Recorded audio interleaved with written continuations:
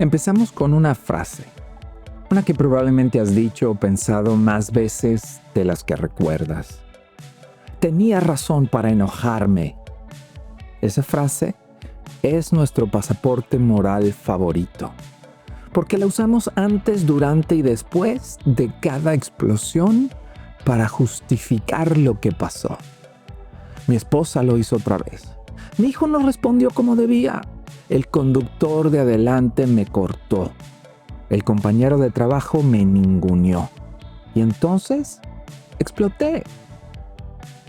Hombres, bienvenidos al episodio 8 de Hombres Firmes en Dios. Mi nombre es Armando Allen y hoy vamos a hablar sobre la ira masculina sin diagnóstico.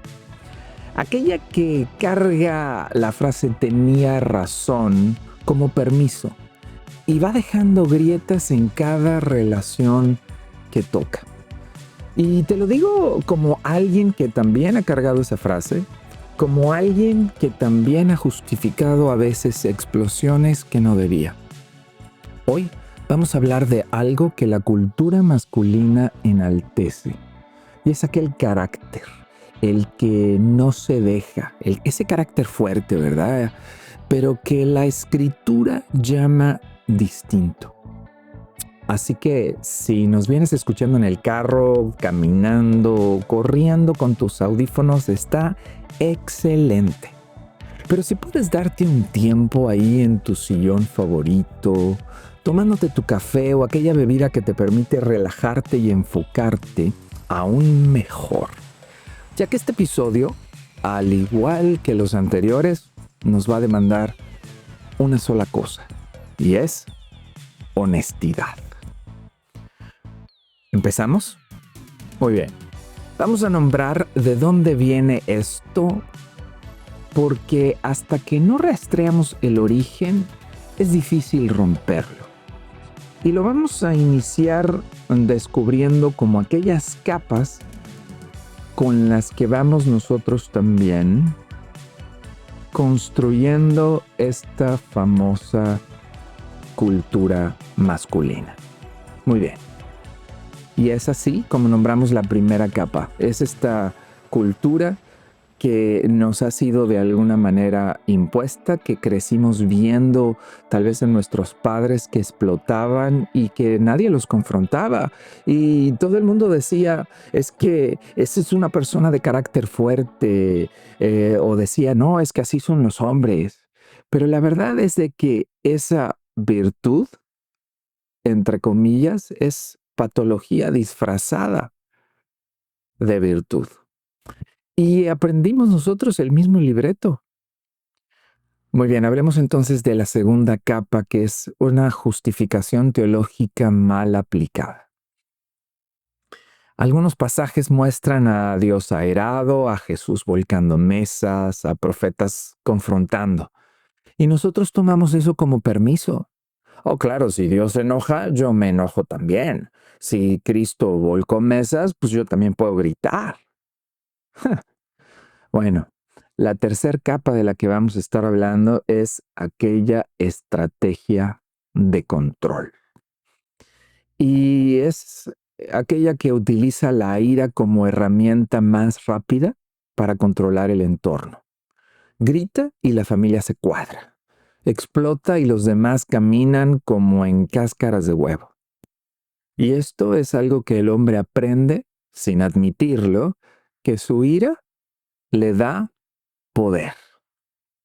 Y aquí viene la parte que necesitamos escuchar con cuidado, mi queridísimo amigo y hombre que estás caminando conmigo estos minutos. La pregunta que casi nunca nos hacemos antes de explotar no es si tenemos razón, es qué estamos defendiendo realmente. Porque cuando exploto con mi esposa porque dejo algo fuera de lugar, no estoy defendiendo el orden de la casa. Estoy defendiendo mi sensación de control. Porque cuando exploto con mi hijo porque sacó tal vez una mala nota, probablemente no estoy defendiendo su futuro. Estoy defendiendo mi imagen como padre. O cuando exploto en el tráfico porque alguien se me cerró, me cortó. No necesariamente, la mayoría de las veces, no estoy defendiendo ninguna ley. Estoy defendiendo tal vez mi cansancio acumulado del día. Ahora, casi siempre estamos defendiendo tres cosas. En primer lugar, nuestro orgullo, puede ser nuestro cansancio o nuestra necesidad de mantener las cosas controladas. Y ese detonante externo es simplemente la mecha. Ahora, presta atención, no es la dinamita, es la mecha. Porque la pregunta brutal es esta. ¿Qué cargaste todo el día o qué vienes cargando durante días, semanas o meses que hizo que ese detonante te tronara de tal manera? Ahora, quiero llevarte a una de las escenas que probablemente son muy dolorosas y muy tristes en el Antiguo Testamento y se encuentra en Números 20. Y está relacionada con Moisés, aquel líder que sacó al pueblo de Israel de Egipto, aquel hombre que Dios le permitió dividir el mar, que subió al monte y bajó con las tablas de la ley escritas por el mismo dedo de Dios. Es este hombre que la escritura misma describe allá en Números 12 como el hombre más humilde de cuantos había sobre la tierra. Fíjate nada más. Él llevaba 40 años caminando con un pueblo terco, quejumbroso, infiel.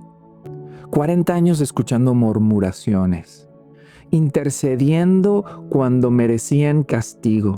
Sí, 40 años de fidelidad. Pero un día, casi al final del viaje, el pueblo le reclama por agua una vez más, así como lo hizo en Éxodo 17. Misma queja, mismo lugar de desierto, no en el desierto, sino en el desierto. Ellos estaban en el desierto, acuérdese de eso. Mismo Moisés, pero esta vez más cansado. Y Dios le da una instrucción clara, que está en Números 28, que dice, háblale a la roca. Háblale. Dice, no la golpes, háblale. Pero Moisés está harto de las quejas, está harto de la infidelidad del pueblo. Y en lugar de hablarle, hace dos cosas. Les grita al pueblo y le dicen, escuchen, rebeldes, ¿tendremos que sacarles agua de esta roca? Y eso conllevó a una acción. Golpeó la roca 2 veces con su vara. Ahora bien, el agua brotó, el pueblo bebió, el milagro se llevó a cabo, porque Dios fue fiel con su pueblo. Pero Dios también le dijo algo a Moisés. Dice, por no haber confiado en mí ni haberme honrado como santo en presencia de los israelitas, no serán ustedes los que lleven a este pueblo a la tierra que les será. ¡Wow! El hombre más humilde de la tierra, 40 años de fidelidad por un momento de ira donde él creía tener derecho a llevarla a cabo. Eso le costó la entrada a la tierra prometida. Y aquí hay algo, mis queridos amigos, hermanos, que debemos escuchar con cuidado. Moisés tenía razón. El pueblo era rebelde. La queja era injusta y su cansancio era real. Él llevaba 40 años cargando ese desierto encima. Y probablemente podríamos pensar que si alguien tenía permiso para enojarse era él. Pero Dios no lo evaluó por si tenía razón. Lo evaluó por si lo había representado bien, obedeciendo, confiando y creyendo en la dirección que Dios le estaba dando. Porque Moisés golpeó cuando debió hablar. O sea, La ira, el cansancio, la carga sostenida por tanto tiempo lo hizo desobedecer de manera específica la instrucción que Dios le dio. Y el costo fue brutal. O sea, ustedes se imaginan no entrar a lo que 40 años había estado caminando para alcanzar. Puf. Así que la pregunta que necesitamos aterrizar en nuestra vida es esta. Y escucha bien. Y abre tu corazón y sé honesto. Recuerda, este episodio demanda honestidad. Contéstate en esa línea. ¿Qué tierra prometida estás perdiendo por tu momento de ira que justificas? ¿Estarás perdiendo la confianza de tus hijos? ¿La cercanía con tu esposa? ¿El respeto de tu equipo? ¿Tu paz interior? ¿Tu relación con Dios? ¿Tu testimonio? ¿Qué se está erosionando en silencio mientras tú sigues defendiendo tu ira con tu razón? Muy bien, vamos ahora al texto que carga el peso de toda esta semana y se encuentra en Santiago, capítulo 1, los versículos 19 y 20, que dice: todos deben estar listos para escuchar y ser lentos para hablar y para enojarse, pues la ira humana no produce la vida justa que Dios quiere. Hay dos cosas que necesitamos desmenuzar de este pasaje. Y en primera instancia es la triple estructura, y ahorita voy a explicar a qué me refiero, y la sentencia final. Muy bien, empecemos por la triple estructura. Santiago pone 3 verbos en una sola frase, en un orden específico. Y es importante este orden. El primero es escuchar. Segundo, hablar. Y en tercer lugar, enojarse.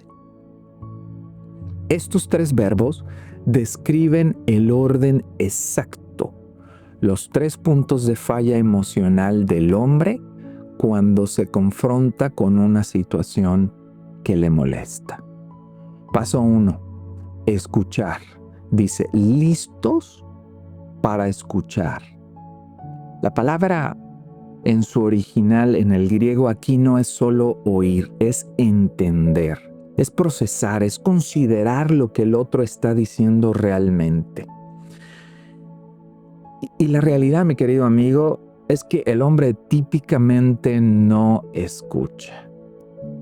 Cuando estás en medio de un momento que te está haciendo de alguna forma y te está desafiando, ¿verdad? Con la ira, lo que está pasando es que tú estás esperando tu turno para hablar, para devolver. Mentalmente, estás preparando tu respuesta mientras el otro todavía está hablando. Y aquí está la trampa. Cuando no escuchamos de verdad, solo oímos lo que confirma tu posición. Todo lo demás lo filtras. Y entonces sientes que el otro no te entiende, no quiere razonar, siempre es lo mismo. Pero lo que pasó fue que tú nunca escuchaste, solo estabas esperando tu turno. Esto es poderoso, hay que prestar atención. El paso 2 que nos dice Santiago es hablar. Y dice lentos para hablar. ¡Ja! Ya de aquí esto es completamente contraintuitivo de lo que estamos viviendo en esos momentos, ¿verdad? Porque si fallaste en escuchar, cuando hablas, vas a soltar lo primero que pensaste, sin pensar, sin filtrar, sin medir el peso de la palabra que sale. Y cuidado con esto, porque Proverbios 18:21 dice que en la lengua hay poder de vida y muerte. Las palabras que sueltas en automático cuando estás molesto son probablemente las que más cuesta retirar después. porque dejan huella. Ahora, el paso 3, enojarse. Dice también que seamos lentos para airarnos. Y la realidad es de que si fallamos en los dos pasos anteriores, si no escuchamos y hablamos sin medir, la ira va a ser la consecuencia natural. No va a ser la causa, es la consecuencia natural. La ira nunca puede aparecer por sí sola. Viene precedida por estos dos pasos que la podrían haber prevenido. Y eso cambia por completo toda nuestra estrategia. Casi siempre trabajamos la ira, trabajamos la consecuencia y por eso nunca avanzamos. Y mis queridos amigos y hermanos, esto me pasa constantemente en mis tiempos de charlar y de aconsejar y estar con hombres que tienen y lidian con este problema, porque se quieren enfocar a cómo cambiar el resultado de algo que no han trabajado, que no han entendido la raíz muchas veces de esto. Estamos trabajando el síntoma. La enfermedad está 2 pasos atrás.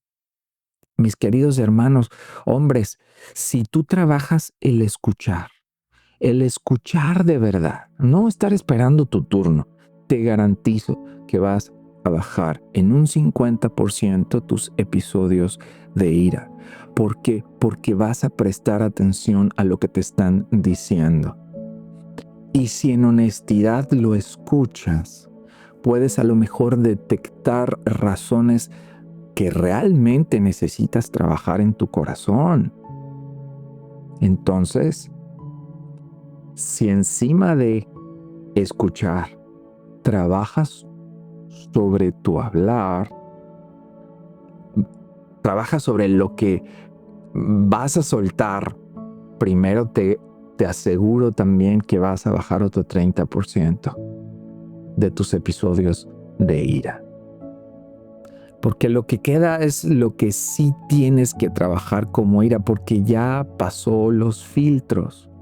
Entonces, ahora la sentencia final, la ira, y aquí es donde está la conclusión importante. La ira humana no produce la vida justa que Dios quiere. A ver, vamos a mencionarlo otra vez. La ira humana no produce la vida justa que Dios quiere. Sin condiciones, sin matiz, no dice la ira injusta, dice la ira del hombre, la ira humana.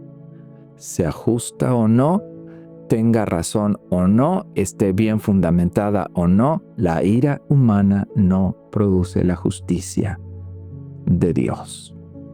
Ahora, eso, vamos a ser claros tú y yo, destruye por completo nuestra excusa favorita que decía, tenía razón para enojarme, porque eso no santifica ni valida tu ira.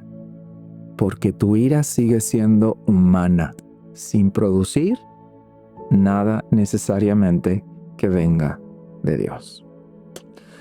Y aquí, hombre, viene otra pregunta dura.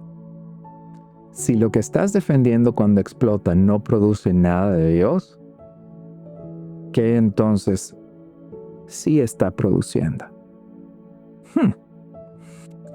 Bueno, una herramienta. Probablemente aquí la parte práctica del episodio y quiero que prestes atención porque ya vamos de salida, vamos enfocándonos en cuestiones prácticas de cómo esto se traduce a mi lunes en la mañana. ¿Verdad? Es 4 tipos de ira masculina. Vamos a identificarla y vamos a ser honestos. ¿Cuál es la tuya? ¿O cuáles? Si son varias también, ¿verdad? Y por cada una te doy una vía bíblica concreta para empezar a trabajarla. La tipo 1, la ira explosiva. Es aquella que grita, que da portazos, que golpea la mesa con la mano, que el tono, el volumen de su voz es 3 niveles por encima de lo normal, que tira mensajes cortantes, mandados sin pensar. ¿Cuáles son los síntomas? Tu familia camina en cáscaras de huevo, tus hijos callan cuando tú entras, tu esposa mide cada palabra antes de hablarte. Probablemente tus compañeros de trabajo te evitan cuando estás de mal humor. Ahora, ¿cuál es el origen masculino de todo esto? Y este probablemente es el que el hombre aprendió que la ira es herramienta de control. Probablemente lo aprendió de su padre o de alguien, de algún mentor cercano, o lo desarrolló simplemente al sentirse impotente, entre otras áreas, y descubrió que gritar le devuelve la sensación de poder. Ahora, ¿cuál es la vía bíblica para poder trabajar este tipo de casos? Efesios 4, 26 y 27 nos dice que si se enojan, no pequen. No permitan que el enojo les dure todo el día, ni le den lugar al diablo. Ahora, ¿cómo estaríamos trabajando y utilizando esto de manera concreta? Y la ira explosiva tiene que aprender a también tomar, como es una ira que se manifiesta físicamente, ¿verdad? O verbalmente fuerte, tenemos que aprender a actuar en esa misma dinámica, en esa misma esfera. Y es sal físicamente del espacio donde estás antes de explotar. Date 5 minutos afuera, camina por la calle, toma agua, ponte a orar.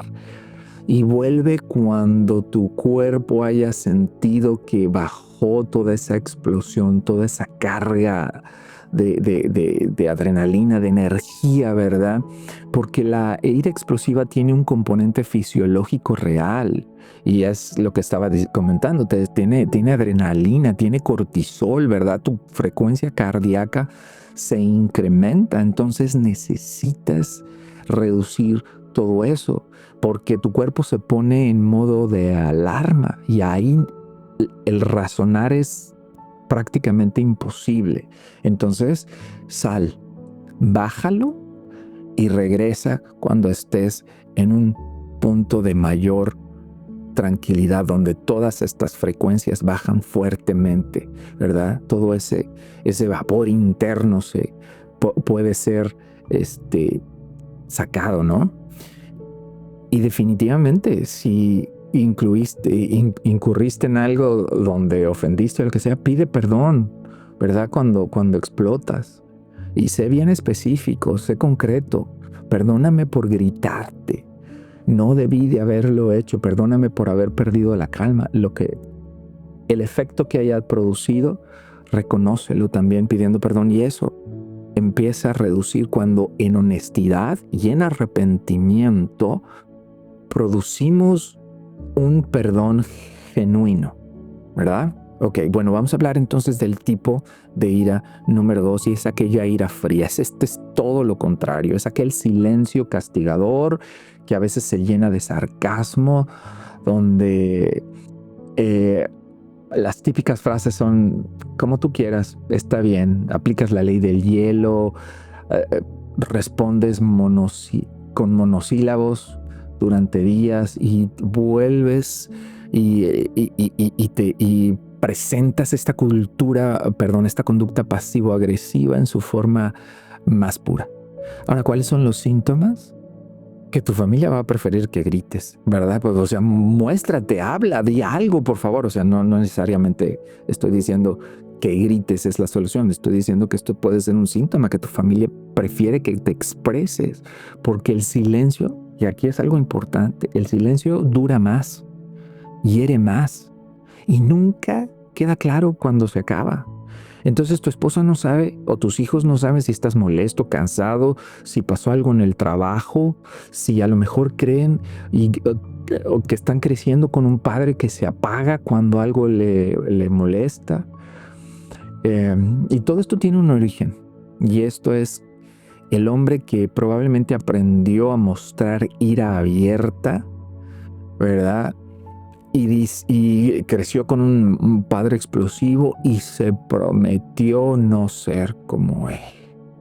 Pero terminó desarrollando una versión mucho más sofisticada y en algunos casos más dañina. Yep, así mismo es. La vía bíblica para trabajarla es Mateo 18:15, que dice: si tu hermano peca contra ti, ve y muéstrale su falta cuando estén los dos solos. ¿Cómo podemos trabajar concretamente con esto?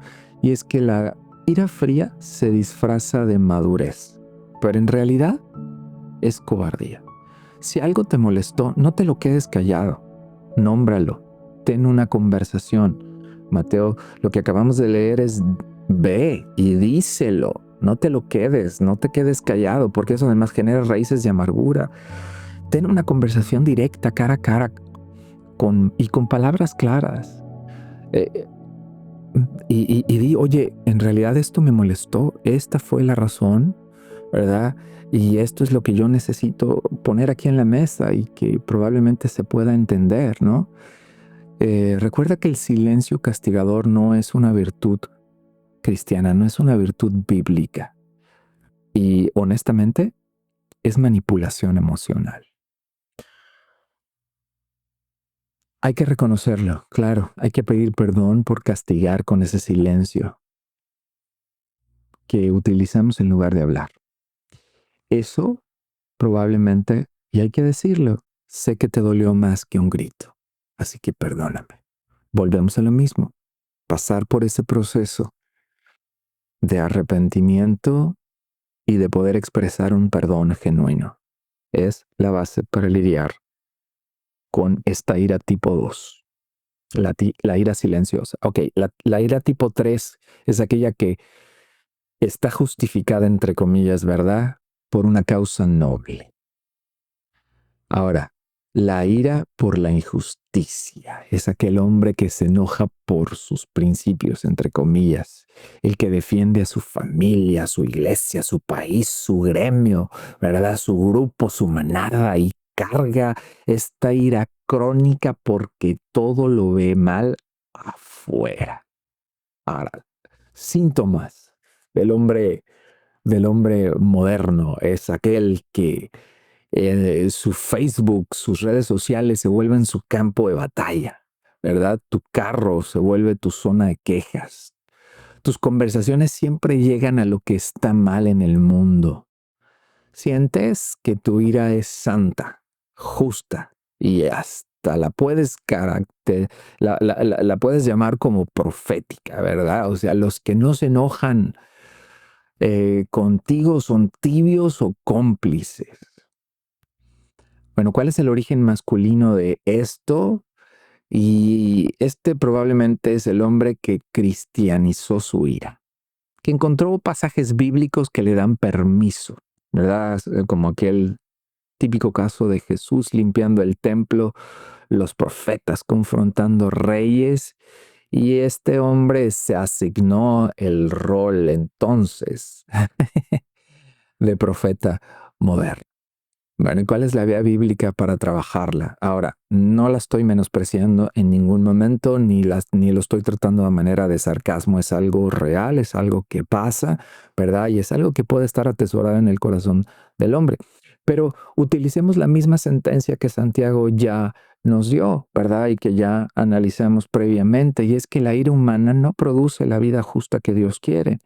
Entonces, aunque la causa sea noble, la causa sea probablemente real, eh, y esa indignación que uno puede sentir sea entendible, no deja de ser necesariamente una ira humana que no está produciendo necesariamente la justicia de Dios. Entonces, ¿cómo podemos trabajar esto de manera concreta? Y la prueba más afilada, podríamos llamarlo de esa forma, es: si tu ira santa no te lleva a la acción correctiva, sino solo a la queja crónica, entonces no es santa necesariamente, es un desahogo disfrazado, es un vertir opiniones, ¿verdad? Es simplemente mostrar la indignación con palabras. Y déjame aclararte esto: Cristo no solamente volcó las mesas, Él abrió un camino, Él fue bien claro y enfático a la hora de decir qué es lo que se tenía que hacer al mostrar la indignación. Si lo único que haces es indignarte sin construir nada, tu ira está siendo identidad. No está siendo un instrumento verdaderamente de justicia, ¿verdad? Y vamos a observar cómo esto se siente cuando llegas a la casa, indignado por algo de afuera. Probablemente ellos pagan el precio de tu indignación con extraños. Ahora bien, la ira tipo 4. La ira contra Dios. Y es aquella frustración crónica que tenemos contra Dios, que se refleja con estas preguntas de ¿por qué permitiste esto? ¿Por qué no escuchaste mi oración? ¿Por qué a mí, Dios, después de todo lo que te he servido? ¿Cuáles son los síntomas? Es que oramos probablemente con resentimiento. Lees la Biblia con sospecha, vas a la iglesia por inercia, ¿verdad? Cumples por costumbre, pero hay una piedra ahí en tu pecho que te está produciendo dolor. Y a nadie le confiesas que estás enojado con Dios, pero por dentro lo cargas como deuda no saldada de parte de Él. Ahora, el origen masculino puede ser que ha habido una pérdida no procesada, probablemente una enfermedad, un hijo pródigo que no ha regresado, alguna muerte que dolió más de lo que aceptaste, u oraciones que no se contestaron como pediste y la herida quedó allá adentro, pero no contra el dolor en sí, sino contra quien tú crees que permitió el dolor. Y obviamente se lo imputamos a Dios. Ahora, ¿cuál es la vía bíblica para trabajarla? Y aquí la encontramos en el libro de los Salmos. Porque toda aquella sección de Salmos donde se pide juicio de Dios contra el mal o contra los enemigos, como por ejemplo el Salmo 13, el Salmo 22, el Salmo 88, donde David, Asaf y los hijos de Coré, todos están clamando a Dios con quejas crudas. ¿Hasta cuándo, Señor? Dice, ¿por qué te escondes? Pero hay un trabajo concreto en estos salmos y Dios puede, déjame decirte, Dios puede con tu ira, pero con lo que no puede es con la simulación. Si por dentro estás enojado con Él, déjalo de fingir. Ve al Salmo 13, ora con esas palabras. ¿Hasta cuándo, Señor? ¿Hasta cuándo estarás escondido? ¿Hasta cuándo tendré angustia en mi alma? Ahora, pero ve lo bello de este salmo, porque este salmo termina con confianza. Sí, pero empieza con una queja. Ahora camina la queja hacia la confianza. Está bien, no te saltes la queja, exponla, tráela, pero no concluyas, permite que esa queja pueda tener un destino en Dios y que Él la pueda procesar contigo. Mi querido amigo, hombre, Dios prefiere tu honestidad airada que tu adoración fingida.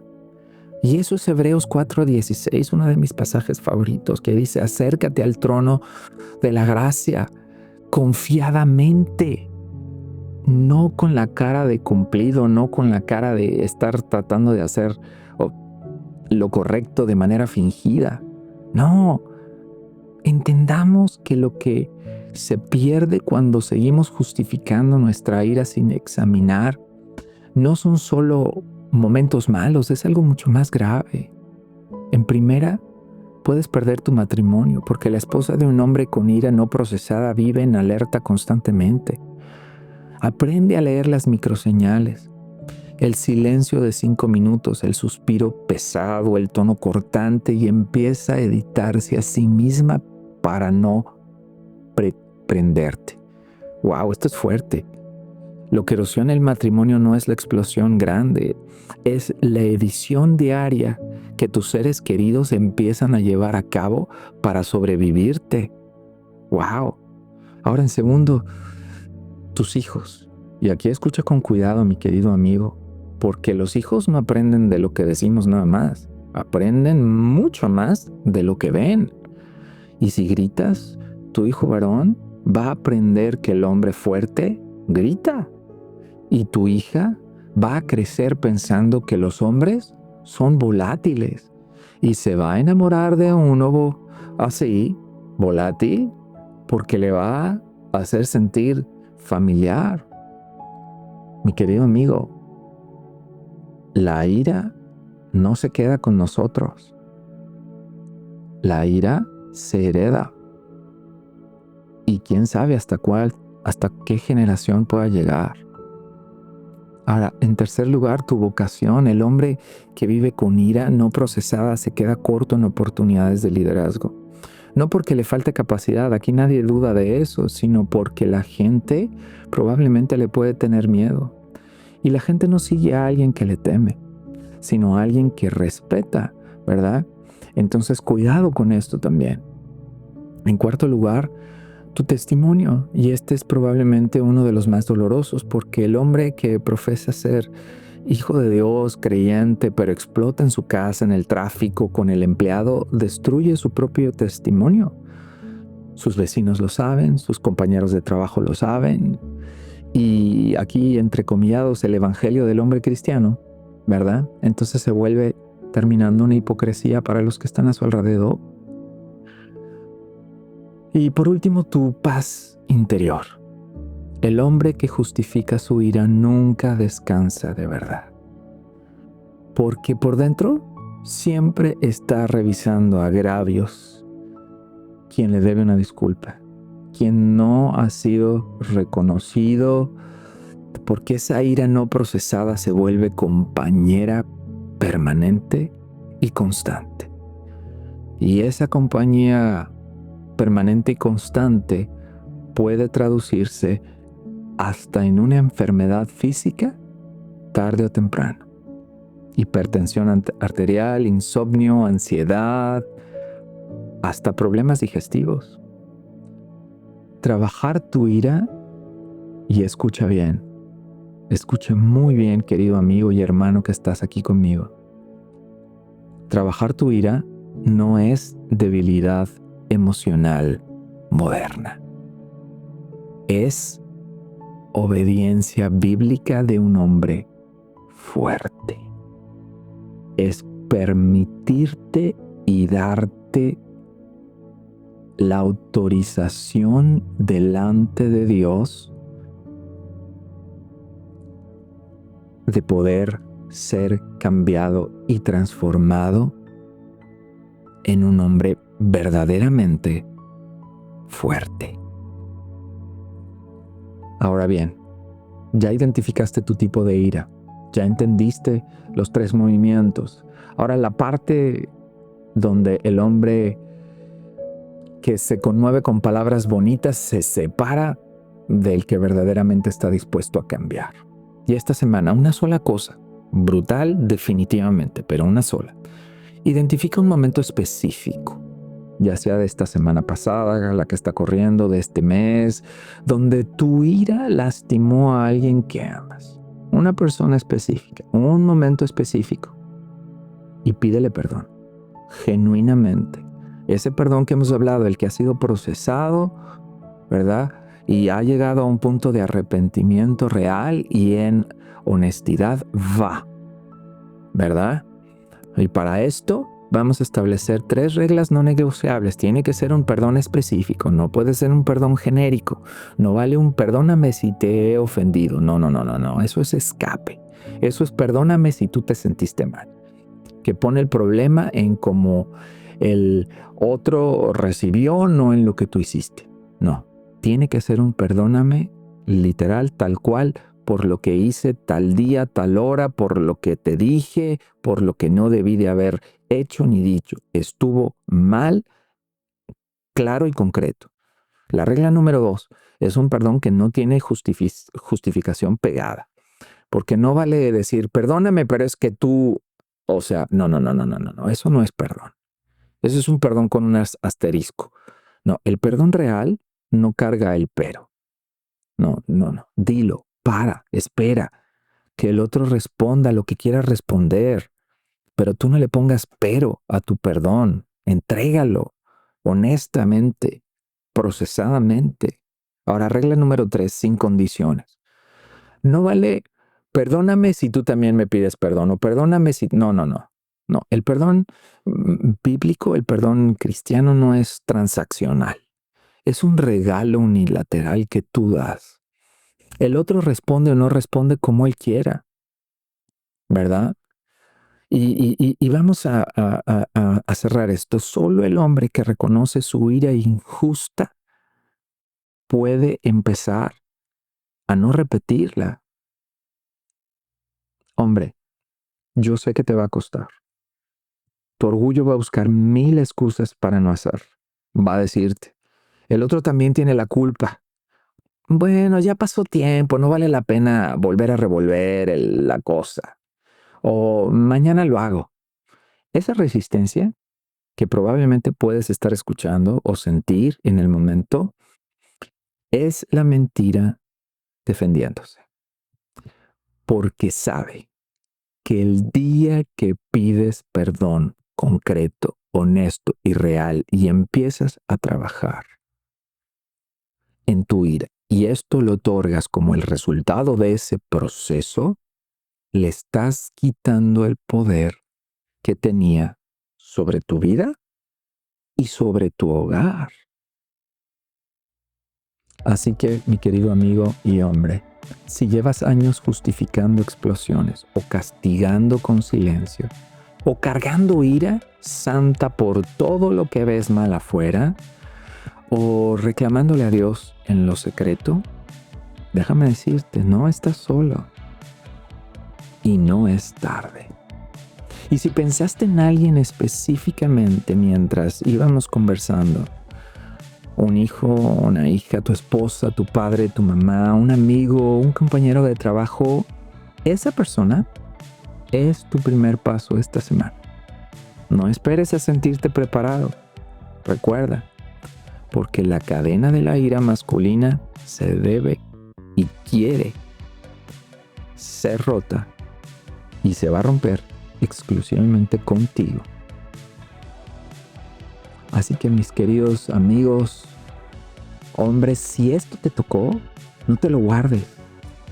Mándaselo a un hombre que también esté cargando ira sin examinar.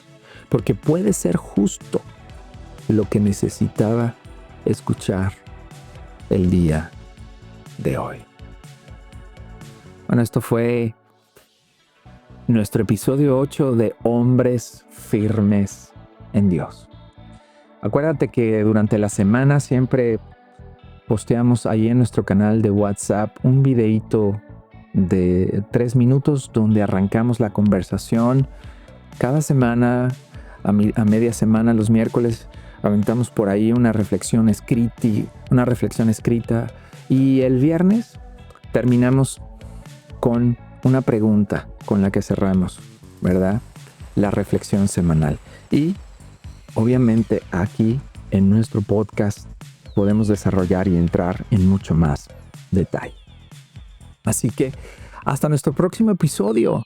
Y recuerda, deja de justificar lo que no produce nada de Dios. No te olvides de Santiago, que dice, todos deben estar listos para escuchar y ser lentos para hablar y para enojarse, pues la ira humana no produce la vida justa que Dios quiere.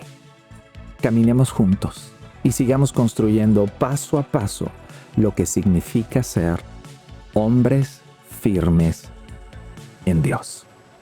Hasta la próxima.